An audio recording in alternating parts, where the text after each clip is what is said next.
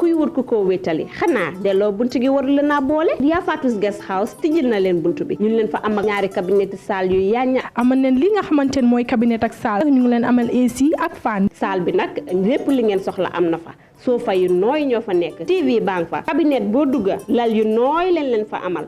nañ leen fa AC ak li nga xam ne moom mooy fan toilette yu set wicc amal nañ leen fa kitchen microwave fridge beneen room bu baax dama ne teranga day mut moo taxit Yusupha Guest House amal leen extra kitchen lépp lu ngeen bëgg a togg mun ngeen ko toggee si gas ku kabine kuy xalam di si jaayu nag barke bi yaay borom amal ne li nga xamante ne mooy ndox ak courant 24/7 bu leen tiit bu leen ragal bu leen xoof ndax amal ne lii di CCTV caméra seet si leen ñu si Farafenni gannaaw garage base bi Kawur highway very clean every day am na cleaning service ratio bi amul fenn Yusupha Guest House teranga àdduna bët kon nag seet si leen ñu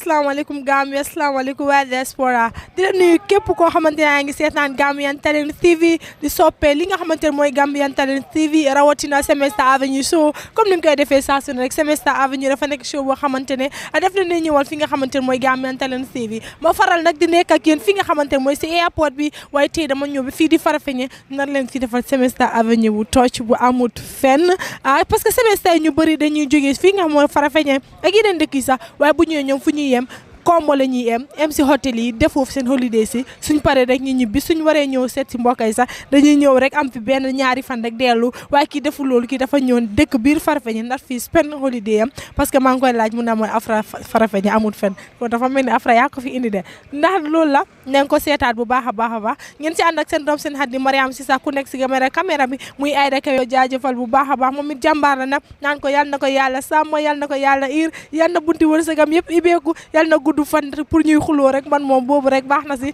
bu ko defee ñu def nii rek doxantu won leen ban gan lañ am gan bi nag semestre la waaye semestre bi dafa jógee dëkkaam ñëw fi nga xamante ne mooy Gambia waaye fu mu dal mu ne Farafenni lay dal moo tax yi dañuy def nii rek dox parce que moom mu ne fii mooy garam place am ma xool parce que moom ci ndawal yi la ñëw di fa def Afra bi dëgg la de kon boobu ko defee ñu doxantu ndànk rek comme noonu lañ ko gisee moom fii mooy place am Afra yi ñooy place am ndawal yi mu gis ñooy xaritam kon boobu ma xool moom ndax day lekk wala day ñëw rek toog pour waxtaan ndànk rek lay def bu ko defee ma dugg si nii rek ay waay bii semestre asalaamaaleykum. waaleykum salaam. fay naa leen. yow nii nga def rek. waaw man fii mooy suma garam place waaw. tollu ni ñëpp a ngi lay seetaan kii mooy Yusupha Tunkara Yusupha tey ñu ñëw nag pour def ak yow Semester Avenue fii si Farafenni dañ gis semestre yu bëri su ñëwee rek dañuy dem dal fi nga xamante ne mooy combo nekk foofu si hôtel yi spend seen holiday su fekkee dañuy ñëw seet si mbokkaay dañuy ñëw benn ñaari fan rek ñu delluwaat yow ñu gis la rek nga ñëw toog Farafenni lu waral loolu. waaw parce que maa ngi làkk français sax parce que xam nga Farafenni français lañ dee wax lu si bëri. parce que fii frontière la daanaka Sénégambie la waaye soo gisee ma dee ñëw fi man fii laa juddoo fii laa xam kaw laa faana la te xam nga faana dafa bëgg cere te man fu maa confortable foo xam ne mun naa faa am jàmm mooy comme ñoo xam ne bi ma juddoo ñoom ñoo ma daan gis ñoo yaroon door suma friend su ma fi bàyyi woon bi foo ma tukki soo waxtaan ak ñooñu am garam place yooyu daal man loolu mooy loolu laa bëgg di def daal. so loolu moo tax ngeen ñëw fii every suba teel su ma jógee fii laa day ñëw toog ak suma xariti naar bi mu ataaye ñu naan lekk ko ak mbuuru ana mbuuru mi baaw naan nañ foos ak mbuuru du yàpp de mbuuru parce que time bi ku si lekk yàpp doo mën a xanaa yow moom dina ñëw fekk la fi nga xamante ne mooy si ndawal yi fu nekk rek nga ñëw moo tax nga xaritoo ak naar loolu du ndawal bi rek ndawal bi sax lu ma see lekk du bari waaye jàmm ji xam nga Gambia dafa bari jàmm lu mel nii pour am ko réew tubaab mboolem ko tukki yombut moo tax soo lokkee ngay mën a tukki di dama ko ñëw bul dee fàtte foo jógee man lu ma wax suma mbokk yi nekk réew tubaab ak ñoo xam ne ñu ngi tukki si yooni tukki soo tukkee soo ñëwee bul fàtte foo jógee parce que bi foo nga tukki ñoom ñoo la defar sa kilifa yi ñoo la advice mag yoo fi daan bàyyi ñoo la advice ba nga mun a tukki su fekkee ne tekki nga fa wax yooyu nga daan dégg moo tax nga tekki bon soo ñëwee bul dee fàtte loolu it's important nga dellu si loolu te place soo fa nekkee ñun lu tuuti luñ am réew tubaab ñëw fii soo nekkut ak ñoo xam ne yeneen nekkoon nga gis ñoom si luñ nekkat doo leen mun a yërëm te nit soo ko gisut yërëm ko du yomba moo tax ku si nekk sa style am na ñoo xam ne préfère nañ dem si beach side bi toog waxtaan am na ñoo xam ne mun nañoo def all sorts of things waaye man personally dama feel ne suñ fi ñëwee nañ try ñu connect with people ñoo xam ne ñu ngi fi toog ba pare ñoo xam ne fii lañ leen bàyyi woon ñu lekk lu ñoo lekk am méegut sens nga nekk réew tubaab bi lekk chicken and chips besoon na nga ñëw fii nga ne doo lekk kucca ak cere mbuum yoo fi bàyyi woon on na sàng si man wala cere baase si man yooyu nga day miss moo tax nga ne maa ngi dem Gambia li fi waaye most important yi daal bu ñu dee fàtte ne fii lañ jógee fii lañ dëkk before ñu dem xamuñ woon réew tubaab anything su ñëwee nañ am jàmm ak ñëpp ñu gisante ñëpp ñu mën a yërëm nit ñi mun leen a dimbale si lu ñu leen mën a dimbale te dimbale nekku ne génne xaalis rek joxe la even gis young people yoo xam ne they are like yourselves yéen a seen internship thanks to Gambia Talent TV te advice boo mën a jox ay young person ngeen toog ngeen waxtaan loolu moo ëpp sax joxe xaalis soo déggee ma lay dimbale miinu ma rek ñëw di joxe xaalis loolu sax is not the right way of doing things waaye mun a toog ak ñoo xam ne comme let's take the back way issue for example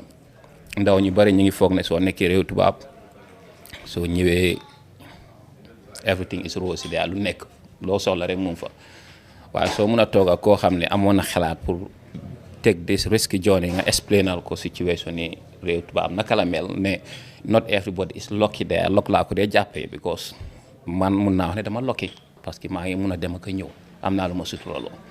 waaye nekku ne ñëpp ñoo fa lucky waaye loolu ndaw boo ko wax tey ji day wax ne kii dafa iñaan even boo ko waxee bul jég waxi yooni baag lu mu lay wax yow nga dem ba yegg foofu da nga bañ ma yegg foofu noonu naka nga gisee loolu waaw xam nga ndaw ñi tam buñ leen de criticize too much si seen belief because dara soo ko xamul rek doo mën a blame nit ki suy wax lu fa nekk parce que ñoom mosu ñoo dem foofu xamuñ lu fa nekk te dëgg-dëgg suñ gisee ñu ñëw fii ñu fi ñëw obviously ñëw naa fi am naa moto am naa kër am naa nii am naa ne suñ gisee loolu man lu ma leen mënti wax tam it's hard for them to believe ne this is the situation there so we cannot blame them for thinking like that duñ leen mën a wax ne war leen a xalaatee noonu duggal fi dëgg la réew tubaab moo tane fii ku la ko waxu tam daf laa nax in terms of financial side of things waaye àdduna du mbiri xaalis rek society tam important na ku koo wax na la wax ne am na ñoo xam ne am nañ àdduna lu si biir am réew tubaab waaye they are not happy tubaab bi seen boppa soo gisee ñu ñëw fii di dem am seen adventures wala yu si bëri réew tubaab is a lonely place not for everybody waaye is a lonely place it can be deceptive because am na ñoo xam ne tam dañ faa nekk xam nga suñu amee tuuti di nataal yu nice di seen di wax nit ñi ne affaire yi nii la suñu offee ñu def nii ñu def ne le dañoo lekk yàpp it's fine waaye loolu they only happen at limited times lu si des yëpp liggéey la nga daan sa doole si sedd bu rëy nga am xaalis soo amee xaalis soo si fay sa bill si soo lokkiwul laa wax de lu si bari si loolu laa des soo income bi mun naa am lu mel ñooñu am na ñoo xam ne ñoo suñ fayee seen bill si li ñoo dese du dara so loolu nga compare ko ak making a living here nga am sa xaalis nga am sa kër nga am sa family because soo amul dara sax nga am family is important so ñaar yi is important nit balance ko waaye comme nu ma ko waxee ndaw ñi duñ leen mën a bileem because soo ko seetloo tam government yi Africa yi am na responsibility si ndaw yi pour ñu change that mentality and that mindset te niñ koo ceeñee nekku ne rek di leen wax ne Europe neexut di leen wax ne su ngeen fa demee mun naa am du ngeen ko méeg bu leen jël baag bi bu leen noonu nañ seet what are the root causes of the idea behind ñoom ñi bugg a tukki xam nga social deprivation nit ñi xaalis amatut cost of living bi mu ngi high nga gis koo xam ne njabootam yi moom rek dañ yaakaar amul dara so suñ seetee tam nguur yi nuñ dee doxalinee in terms of ñoom how they conduct themselves are they actually connecting with young people ba nga xam ne the idea of not discouraging them incentivizing them pour ñu mun a toog ci seen réew is it there because dama dee gis it's not a criticism of any government. They are driving expensive cars sometimes, it's not a problem. Nga gis xale boo xam ne amul dara njabootam gi amul dara muy gis loolu yëpp. Whereas amul yan youth projects yoo xam ne they are around di mun a dimbale gars yi pour ñu tekki. Su loolu amee buñ blame gars yi, let's find a way of finding solution to the issues of the mindset. Comme yéen lu ngeen a def nii am nga di nekk si internship nelaw leen nelaw yu doy fayuñ leen lu doy. You know, everything is a struggle. Why not? You are seeing the future. Moo tax ñu nekk si. So if we can get young people to see a brighter future, they will not have even the mental space pour xalaat ne dama war a jël a risky journey because they are occupied. Seen mind bi is filled with important things to do because they can see the ultimate outcome is a bright future. So duma dee blame ndaw ñi for having that thought. Lu ma wax rek mooy journey bi is risky ngir yàlla ku ko mun a avoid nga avoid ko. Réew tubaab nekku ne ñëpp ñoo fa lokki yàlla moo fa dee ubbi wërsëg. am naa fu mu toll nii yuut si ñu ngi la mel ñaa kii dem ba pare bañ ñu dem yow depuis kañ nga tukki. am naa fa almost 20 years yàgg naa fa te yàlla def na dama dee ñëw a lot Gambia te soo gisee ma dee ñëw fii a lot dama fi bugga suma réew la dama dee tukki si yeneen réew dama dee dem si so many other things yoo xam ne jarul sax ma ko wax fii si other countries waaye lu ma mën a dem holiday feneen si beneen réew suma réew moom ma ko gënal lu tax because fii laay mun a connecté with people ñoo xam ne they understand me te Europe of course mun ngaa dem fu nekk waaye soo nekkee ni ku ñuul si réewi gan ñu ne banta lu mu yàgga si géej du mun a soppeeku jën. We are different people. There is a lot of racism in Europe, in the US. Gis ngeen ay no seetaan TV footage of what has happened. Loo fa am xaalis loo fa am a lot of people du ñëpp de will say ne waaw who are you to deserve what you have because you're jógewuloo fi yeah. So loolu yëpp moo dee waral ne okay you think twice ne okay lu tax ma nekk si réew moo xam ne if they had the choice I wouldn't be there. Because I'm a choice am naa a small choice mu ma am mooy bugg di ñëw di delluwaat yàlla foofu la ma def moo tax ma nekk fa so lu ma am su ma si mun a indi fii ak suma family friends ak everybody else then man ñëw fii moo ma gënal man ñëw fii enjoy ak nit ñi wala. waxtaan ak nit ñi ak waxtaan ak ndawaleeg li nga xamante ni mooy ataaya parce que mu ngi nii yor kaasi ataaya maa ngi koy wax la ba kaas bi di sedd yow boo doon dem ban journey nga jëloon. No man I went through normal route aeroplane. beltu maa ngi fàttaliku benn boy keneen ki mu nekk damay dem back way keneen ki mu nekk su nekkut belte man deew ma. through the normal channels laa demee waaye xam nga affaire tukki leen la yàlla su ko dogalee dafa happen. Because ma plan moom pour tukki sa waaye by off chance ma am visa dem te ma demee plan moom pour nekk fa ma plan moom pour jàngalu ma jàng ñëpp si waaye lu gars di wax man proposes and God decides yàlla moo dogal lu am ne foofu laay nekk waaye lu ma dee spend time fii tam bari na waa Farafenni la fii laa dëkk te ndaw yu nekk Farafenni tam including PAOs of course ñun ñëpp ñu ngi jàppante di dimbalante in so many things yoo xam ne si affaire yi dëkk bi la te yéen lu ngeen a def is part of that project so lu maa wax waa Farafenni yi comme ñoo xam ne ñu ngi si biti let's work in partnership comme man partnership ma ama PAOs di liggéey di leen isi ngeen a dëkk si suma guest house bi ngeen faa nekk di cover projects PAOs tam di ma defal advertisement in that way working together mooy yëpp Gambia sax suñ bëgg a dem kanam we have to work together why it's very easy so seetloo even the political atmosphere people are very hostile against each other so amee another political view sax ñu foog ne yow bëgguloo jàmmi réew mi waaye xam nga having differing views can be a good thing because argument su amut differences am rek kenn du mun a jàng so lu ma ñaan nit ñi mooy wera ñu ngi réew tubaab oo ñu ngi Gambia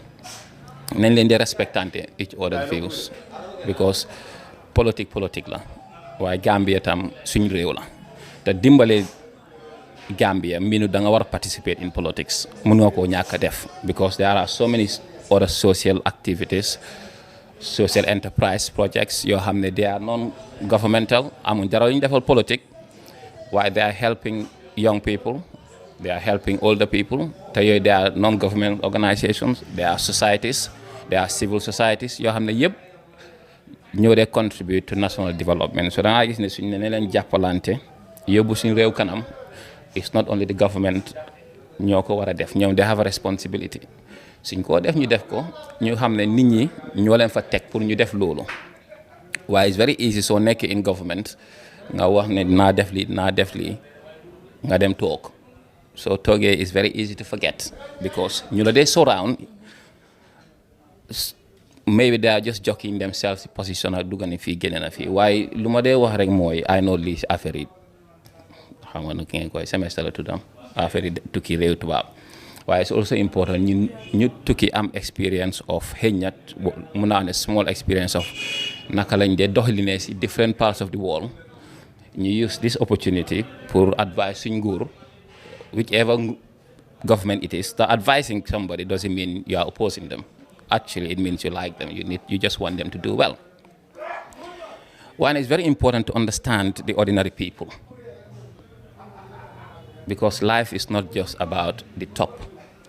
1% yoo xam ne ñu ngi nekk Kombo ñu ngi nekk Serekunda ñu ngi nekk Burusibe di deal ak only businesses yoo xam ne mun naa ne foreign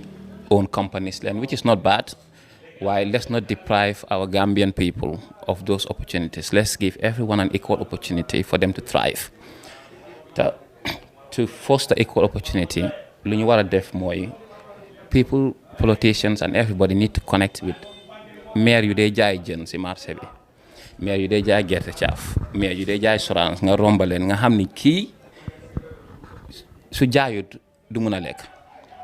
ñuy jaay mbaxal nga xam ne kii dafa jaay ba ngoon wala ba bëccëg mu mun a use loolu dem fiit njabootam gi nga xelaat ne waaw kii naka laay def ba dimbale ko nga xam ne du dina mun a dem kanam instead of mu nekk si lu mu nekk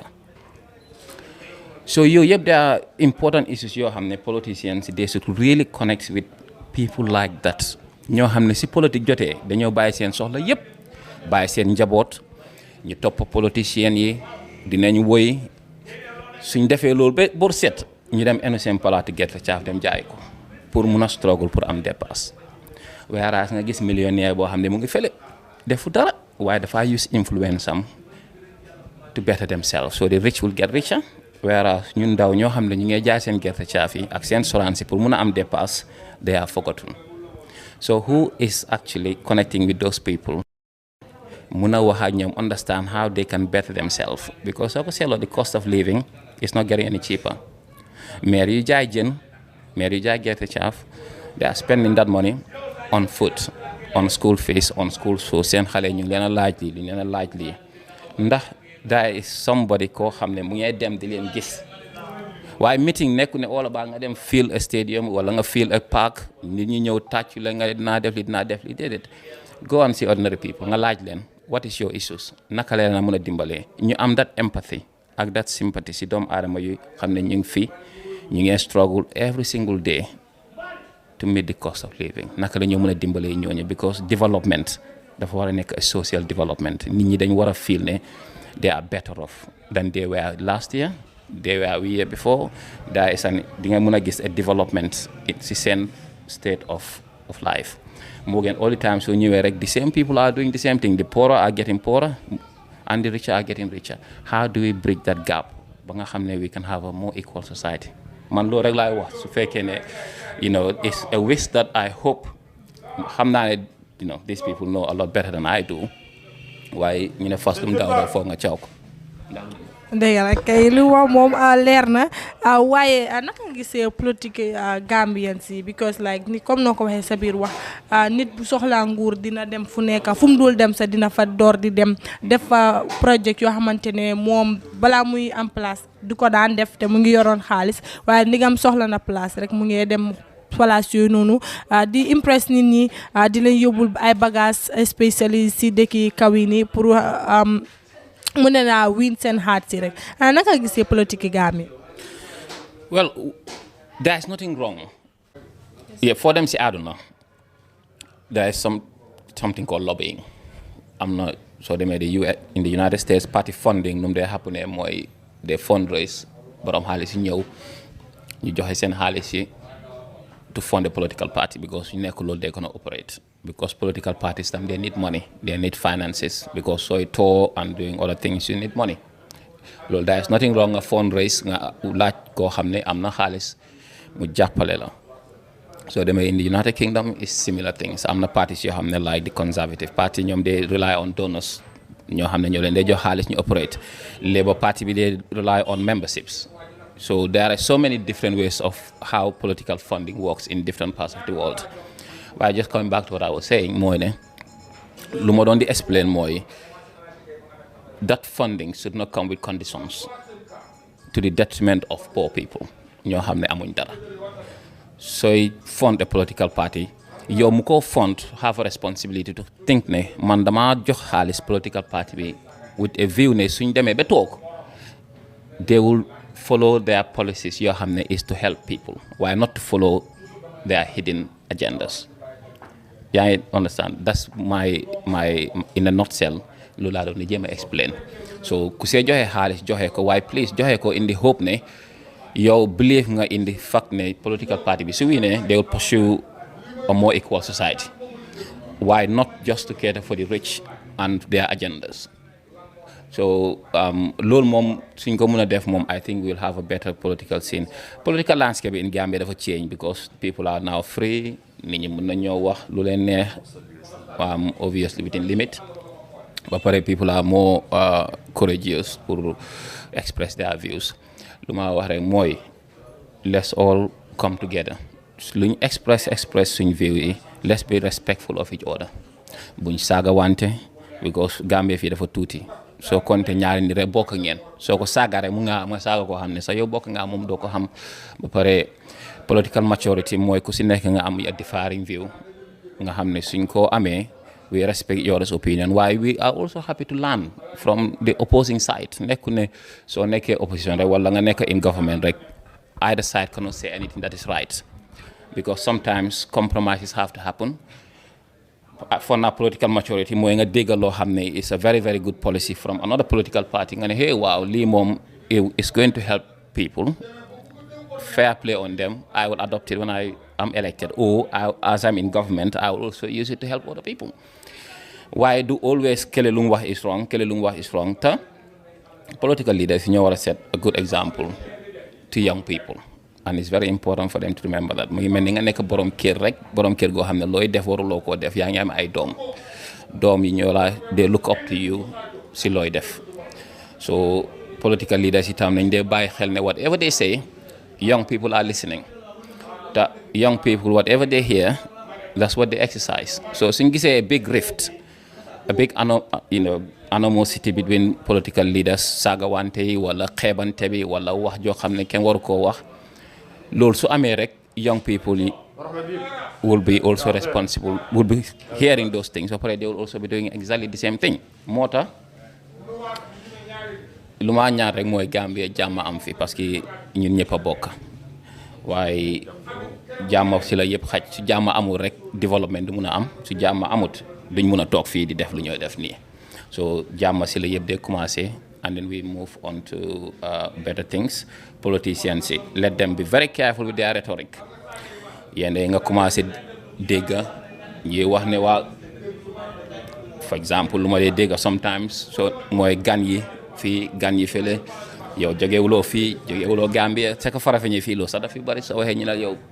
soo làkkee olof sometimes ñu la booy fu yow Sénégalais nga yow doo Gambien wala nga làkk Pël ñu ne la yow Guinée nga jógee fekk Gambie nga juddoo soo bëgg a uti ID card sometimes so ñu la laaj yu kenn xamut while you are born here te gis nga yàlla dafa fair mboolem ko am ku tukki yéen nga gis suñ yaay suñ papa yi ñuy dem ñaandu ci sëriñ yi yàlla nañ ko may kayit foofu noonu ndax du lu nekk nañ ko def pour ñun ñu nekk réew tubaab ñu am kayiti réew tubaab ñu nekk fii ñoo xam ne ñu nekk nañu for 20-30 years ñu ne ñooñu du ñu am fi kayit te yow nga dem Europe 6 months nga ne ñaanal leen ma am kayit sa kilifa yi jóg ñaanal leen ko ma am kayit yow nga nekk fii comme kii suma friend bi am na fi 35 years waaye I bet you su demoon uti ID card dañ ko ne yow jógeewuloo fi te am na fi 35 years even longer than the lifespan of koo xam ne fii la jógee obviously everything has a process waaye fii you are guilty unless proven innocent if you know what I mean soo demee uti person kayit yooyu ñu ne la yow jógeewuloo fi soo làkkee beneen làkk boo xam ne is not indigenous Gambia rek you have a problem so let's not be contradictory àdduna bi yëpp benn la we are all one and the same people sooy jox nit jàmm sa réew sa doomi réew dinañ am jàmm si biti so na nekk responsibility doomi réew Gambie yëpp gan yi ñu leen a jox jàmm parce que nekk si tukki tam yombut soo nekkee fële di nga go through so many things yow if you put yourself in the shoes of gan yi fi dee nekk tam si nga dee mën a understand ne nañ leen dee teral gan yi nañ leen terangal gan yi buñ leen dee bundu xatal nañ leen may jàmm parce que suñ ko defee ñu ne suñ doomi réew yi dinañ nekk si jàmm waaye suñ amalee xool bu tilim suñ gan yi fii di leen sonnal ñun tam suñ doom yi loolu la ñoo daj fële te loolu is very very important for people to remember.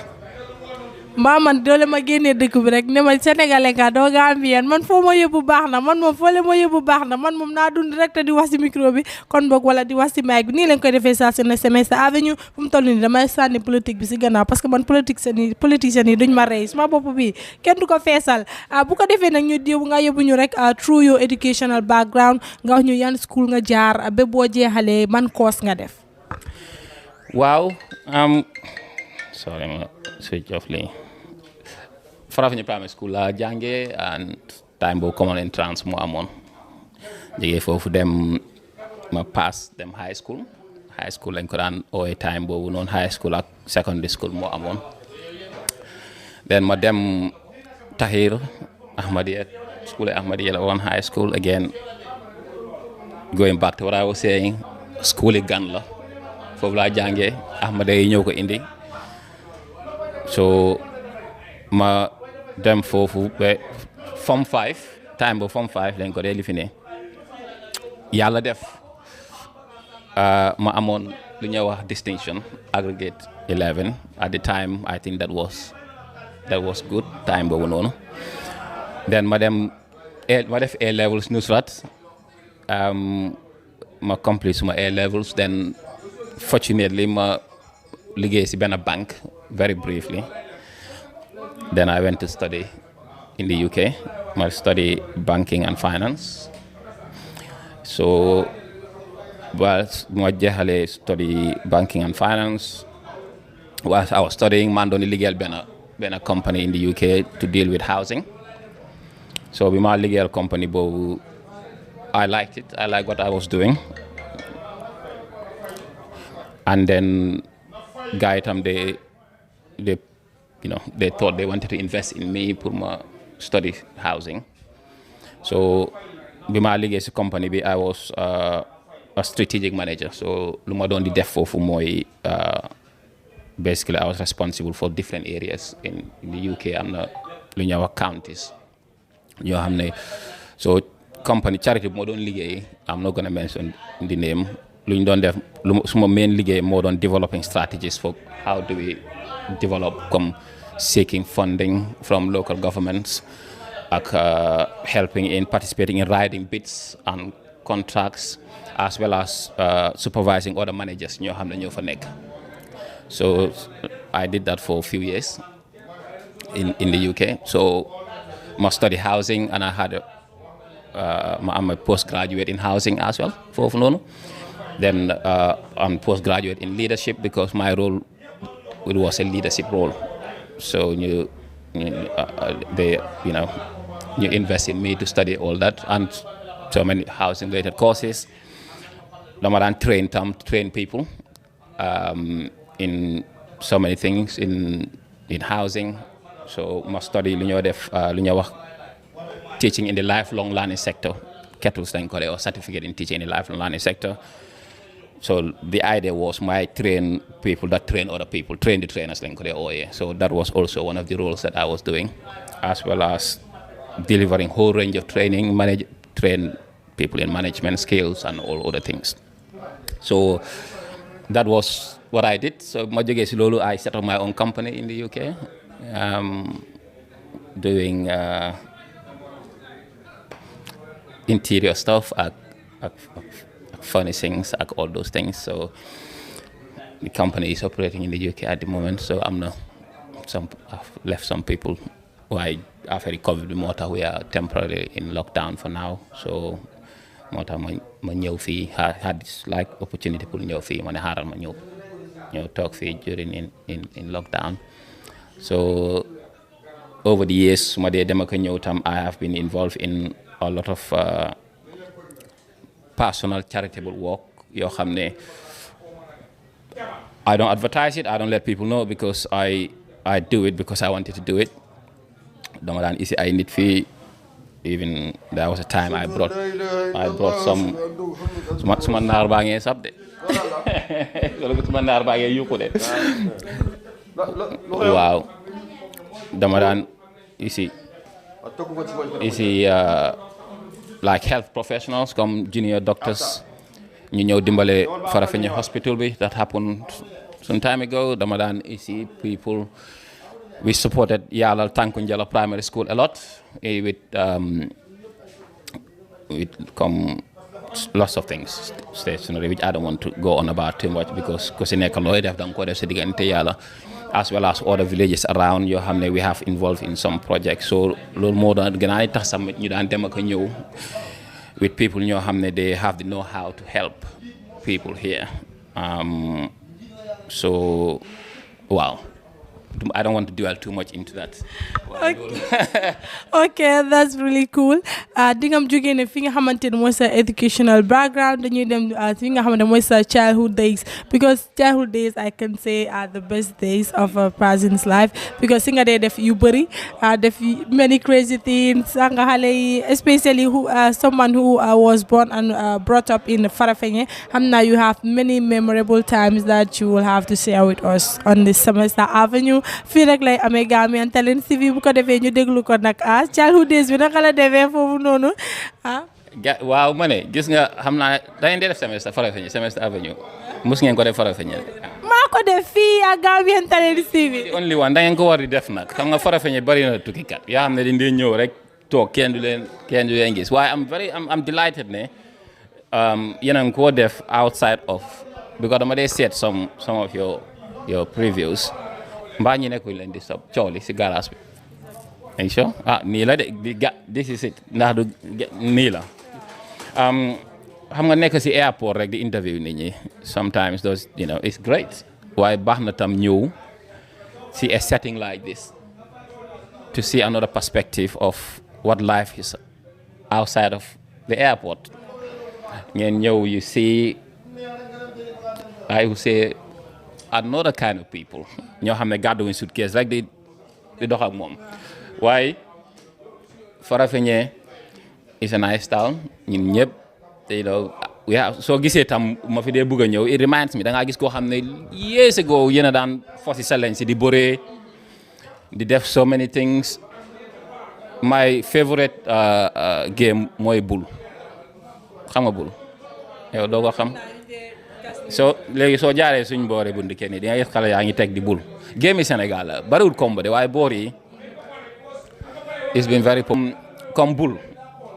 it was my Farafenni ko laaj paw sax soo ko laajee bul na ba bugg a dee moom it soo si koñ yi da ngaa taw si naaj bu tàng all day di bul rek loolu moom it was very big in Farafenni te it léegi maa ngi romba xale yi ñu ngi bul so things like that nga romba gis xale yaa ngi bul nga ne lii laa daan def. It's such a nice recollection, not a nice feeling. Nga gis ñu ngay bul yaa ngi xool gars yi ngay xalaat your childhood memories ne man si lii laa nekkoon. So it's such a nice feeling. Time boo dañ daan fo si salañ si di def high jump si salañ si di jël ay rivin rek teg ko si rek di bëree di seeraani bëree ko naa wax Farafenni time boobu sooy seeraani bëree da ngaa yóbbu si yow ndox so time boobu duñ daan am luñ duggee. da ngaa dem nga root ndox bi ko xam nga time boobu ndox mi lañ dee jël pour sotti ko mburu yi wala pour sotti ko si suuf mu tooy soo bëgg a dugga amuloo xaalis dañ laaw nga isi ndox nga dem root si yoon ndox si bunta bi ña laaw nga dugga so yooyu yëpp xam naa ku nekk waa Farafenni dina mën a remember loolu yëpp so it was such a unique experience boo xam ne waaw man de wax dëgg sant naa si yàlla te xam nga doomu aadama moom soo rombee gis xale yi ñu ngi def loo daan def te yow yaa ngi mag tuuti da nga ci sant yàlla parce que am na suma morom yu bari yoo xam ne nekkuñ fi léegi ñoon xam ne ñu ngi woon waa Farafenni lañ benn booy bu ñuy wax Lamine Touré moom gaañu na bu yàggut ak beneen booy Ibrahima Seydia ñoo ñëpp suñ morom daanaka suñ morom leen nekkatuñu fi sooy gis yooyu doo xalaat rek bànneex dangay xalaat tam ñoo xam ne yàlla def na seen bakken bi tam jël na ko di leen ñaanal di remember lu bëri àdduna moom soo nekkee si bànneex lu mu neex xalaatal two things ne am na ñu fi nekkut ba pare si bànneex boo nekk am na ñoo xam ne nekkuñ si they are in trauma ñu ngi si hardship ñu ngi si jafe-jafe am na ñoo xam ne they are imprisoned out of no fault of their own ñu ngi toog si kaso te defuñ dara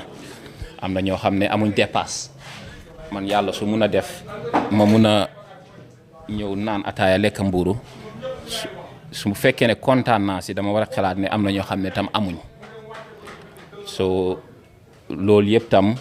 remembrance la parce que lu si nekk rek struggle la si àdduna nekku ni yëpp dafa yomba yaa ngi understand so ñuy always di fàttaleku ne rek am na ñuy bàyyi gannaaw nekku ne rek mbiri lu neex la Europe neex na Gambia neex na always dañ xalaat ne am na ñu nekk fii sax tane na waaye am na dëkki koo yoo doo dem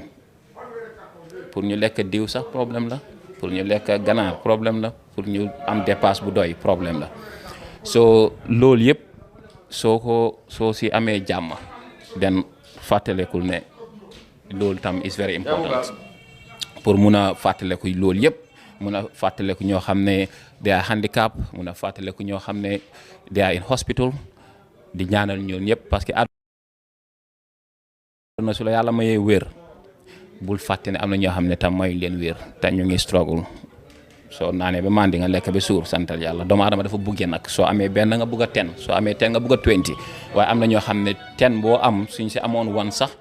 ñu sant soo doylu daal mooy yëpp soo ñun ñuy jógee réew tubaab di ñëw nen leen dee doylu ba pare di dimbale ñeneen ñoo xam ne suñ ko mënee laa wax de seen loxo seen jotul seen gannaaw ndax ñun tam teraanga gu ñu yàlla may tuuti ñu tasaare ko. waaw wax dëgg fa yàlla nag ñu semestre yu bëri dañ ñëw pasar pasare seen xaalis rek dem fàtte nit ñi yaa ngi fi waaye comme ni mu ko waxee rek childhood days dafa nekk days yoo xamante ne moo nekk di best days parce que si nga def lot of things yoo xamante ne nga xale rek moom day dem si place yoo xamante ne kenn yónniwu ko fa kenn yóbbuwu ko fa di nga ko tere ba bu nga dee mu wute nekk fa rek what was your craziest time. mooy dem Baara Bale ku waa Farafenni mu ne xam ne Baara Bale benn géej bu ndaw la fii. dañ ñu ko daan tere ba sonn bu leen fa dem because óorut dañ fa daan dem si di dugga si ndox bi andi was very risky léegi nga ko di xelaat sax nga xelaat ne man lu ma daan def risky parce que nekku ñëw sax Gambie ñun mënuñ feey ñun xamuñ swimming pool xanaa yéen xale yi léegi de yéen ñuy dem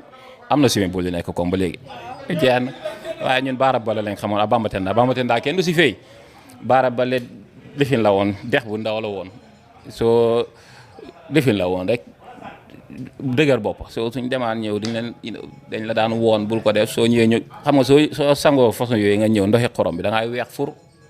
soo ñëwee nag si la ñoo xam ne demoon nga jël door la ba nga bëgg a dee so yooyu yëpp daal de dëgër bopp rek moo si daan lifin waaye noonu la xale moom xale rek la mun a nekk moo tax xale bu si nekk suy misbehave xalaatal ne yow tam like that one day buñ dee dóor xale yi di leen sonna di foog ne warloo def li yow tam jaarool nga si te bi nga si jaaree tam xamuloo woon ne loo doon def dafa wrong soo xale yàlla mayul ko xel boobu noonu so it's very easy nga to forget ne xale du mën a xelaat comme mag. ñu ne nag headmaster was once a school boy moo tax nag loo def nag kaa xam nañ foo jaar ku mun a ñaay fence sa headmaster mu la daaxoon ñaay fence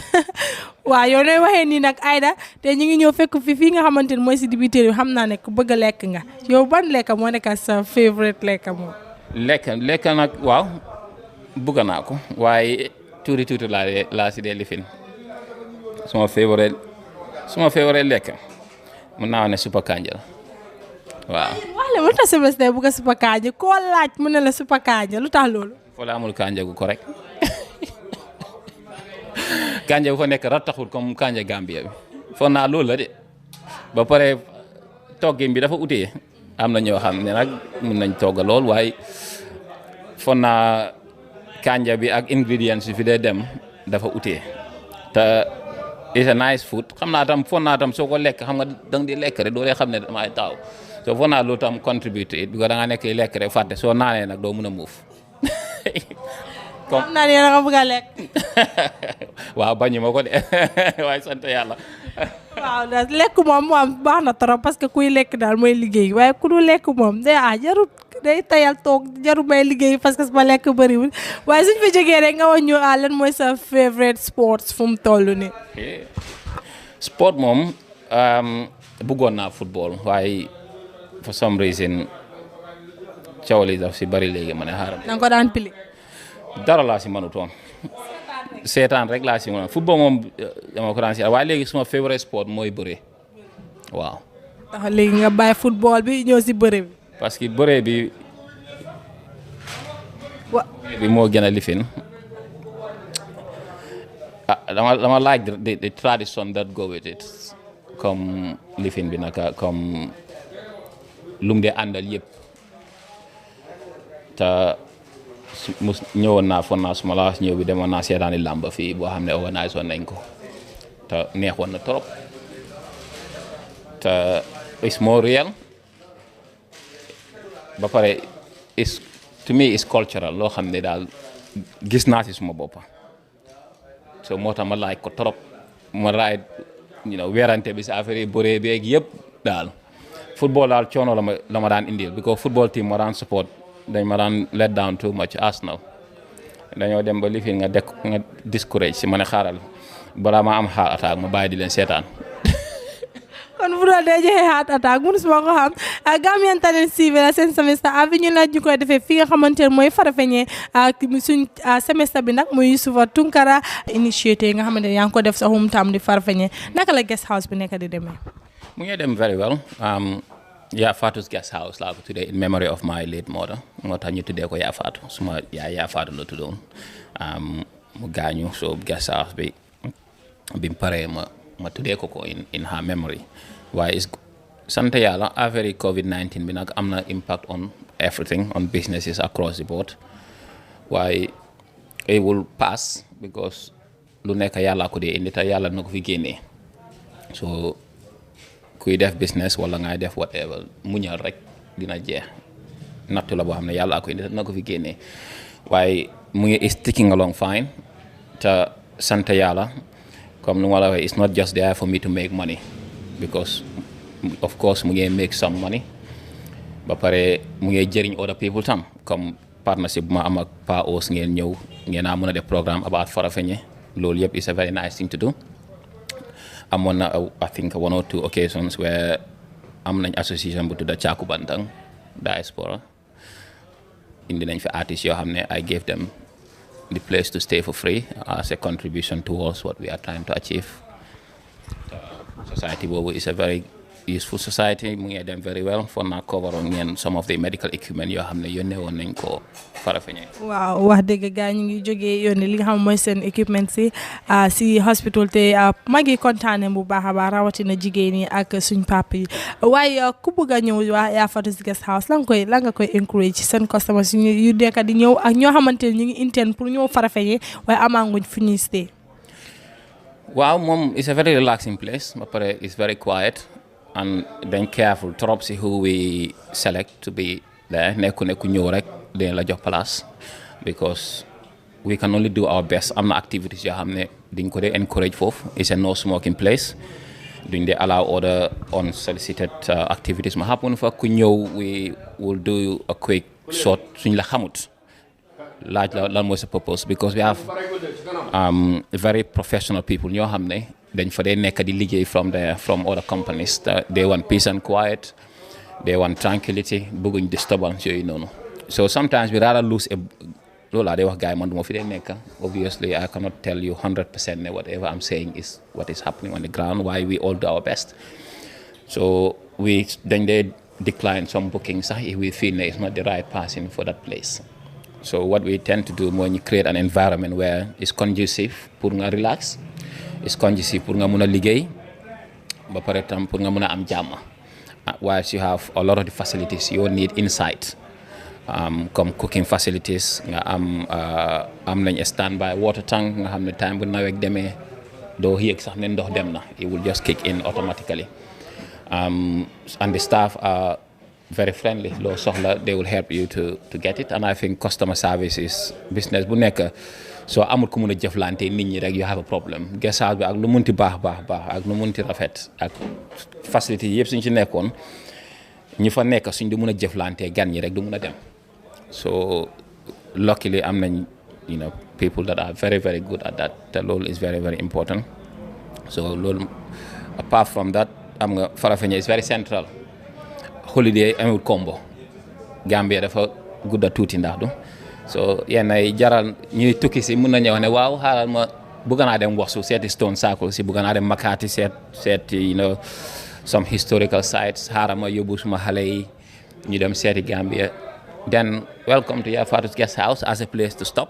ngeen relax fanaan continuer su ngeen a ñëwaat do that. Some tourists dañ ko dee def. So I think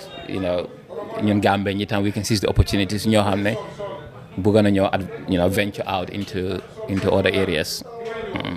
comme ni mu ko waxee suma xel bi dem na si Bangoura mu ne Gambia dafa tuuti te sew kon bu ko defee rek dañuy ñëw def li nga xamante ni mooy ndekki wi xool nu muy nekkee nag lu muy nekkee moo ne du lekk dawal boobu dañ ko seet bu ko defee rek ñu dem am breakfast. waaw fu mu toll nii nag moom buur ak ataay lay ndekkee nee na dafa sonn si sawarma yi sonn si burger sonn si li nga xam ne chicken and chips yi sonn si fakar naaf yi moo tax dafa ñëw rek ci xaritam ji di baabu mu si lekk li nga xamante mooy mburoog ataaya parce que boo demee fa mburoog ataaya amu de wax naa foofu day taw glace déggu leen ma xanaa lii laa wax man waaye naka nga gisee sa holiday bi. neex na waaye baaw yow seen fur nga ma jox di man tàppalaa fa moo gënal de waaye baax na. mu ngi waxuloo baabu nango tapala xamal tax gay bëgg a tapala fa ñii. tapala moo gën a diis lii comme xob la soo ko lekkee within 5 minutes nga mu dem waaye tapala fa moo gën. waaw sant yàlla comme na leen ko waxee maa ngi ko lifin fii laa dee toog suba teel bu nekk ndekki enjoy ataaya ak du ataaya bu strong ataaya naar la lekk ko mburu so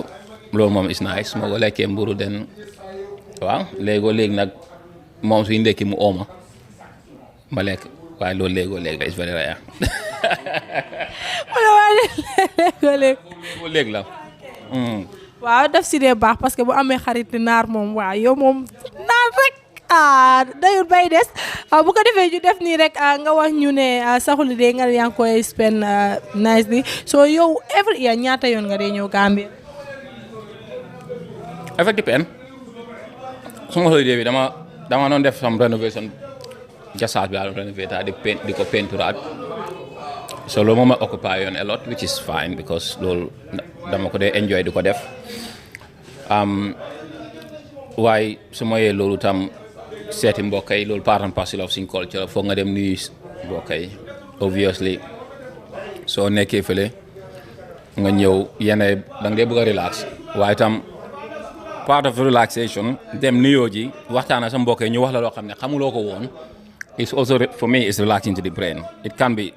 si ñoo xam ne it can be too much waaye it can also be relaxing. So it's year bi dama dee ñëw 2 to 3 times depending gëj naa fi na because of affaire Covid bi waaye bu ma ñëwee ba léegi yàgg naa fi tuuti léegi waaye dama dee ñëw twice yenn yi ma ñëw 3 times so depending on what is going on daal. That's really cool waaye fu mu nekk nii semester Farafenni la semester avenue fii nga xamante ne mooy gars yi caaku bantang ñi Mr Diouf soo ñëwee ma am la semester avenue lii la lañ amaloon nag waaye balaa ñu ko bàyyi rek ñu bàyyi ko mu wax ñu kàddu yu mujj yan final message la bu ko joxee parce que mu toll nii mu ngi yàkkamti ndékki nga fa ne lii lay ndékki daf ciy ndax rek. Appati waaye naa xaaf bi ba pare bu ko defee nga ñu sa final message wax ñu lan nga ñu amal pour wax. di la wax jërëjëf ci Gambia Talents yéen a ngi def liggéey bu baax te lu ma si gën a kontaan mooy concept bi Gambia Talent in nurturing young talent because yéen ay nekk si presenters of tomorrow te I'm very very happy about that di gis ne yéen a ngi see góorgóorlu so jërë ngeen jëf Gambia Talent it's a very continuer liggéey bi dara yombut nag Rome wasn't built in a day àdduna jaru yàkkamti lu nekk ndànk-ndànk la koo gis mu am dara wala mu successful borom liggéeyoon na trop borom sonnoon na xanaa kañ mu nekk xaalis boo xam ne dafa yomba te xaalis bu yomba moom daanaka borom di koy enjoy noonu waaye am du xaalis rek xam-xam am la si lu ngeen nekk nii xam-xam ngeen si jëlee te loolu am la every interview bu ngeen def di ngeen si jàngee dara te ëllëg daf leen a jëriñ so jaru yàkkamti si lu ngeen munti nekk take time la dina métti dinañ sàcc seen bagage yi di ngeen sàcc nañ ko ba pare kay. ngeen eew di ngeen gis seen téléphone yi seen laptop yi ngeen discourage ne lii daal ndax jar na ko waaye do you know what sant yàlla su ngeen amutoon opportunité bi duñ leen sàcca so waaye it goes back to what I was saying rek lu nekk ndànk la ñeneen ndànk mooy jàpp golo si ñaay bi te dégg nga wax yooyu. damay laaj ko wolof te dam koy déglu waaw bu ko defee nag lii lañ la amaloon seen Semester Avenue show la waaye lenn nag dafa nekk tradition si Semester Avenue su ñëwee saa yu ñëwee semestre bi daf ñuy jox yóbbal yow nag ana suñu yóbbal. yóbbal xaaral ma utal leen lifin mburu ñun duñ jël mburu yóbbal mburu fii la ko fekk ay na mburu fii la ko fekk ñu nag mburu ñoo fi nekk. yóbbal de su ngeen ñëwee si guest house bi dinaa leen jox yóbbal bu baax su ngeen dinaa leen jox loo xam ne mun naa am mu dimbale leen si seen liggéey bi ndaa do añ for now is the best yóbbal so añ fii la dëkk la dégg waaye lii la ñu amaloon seen Semester Avenue show la ngeen si ànd ak seen doom seen xarit di Mariama Sissaho defal leen ko fi nga xamante ne mooy Farafenni ànd ak kii di Yusupha Tunkara borom yaa Fatou guest house moom nag saa ñëwee Farafenni lay defam li nga xamante ne mooy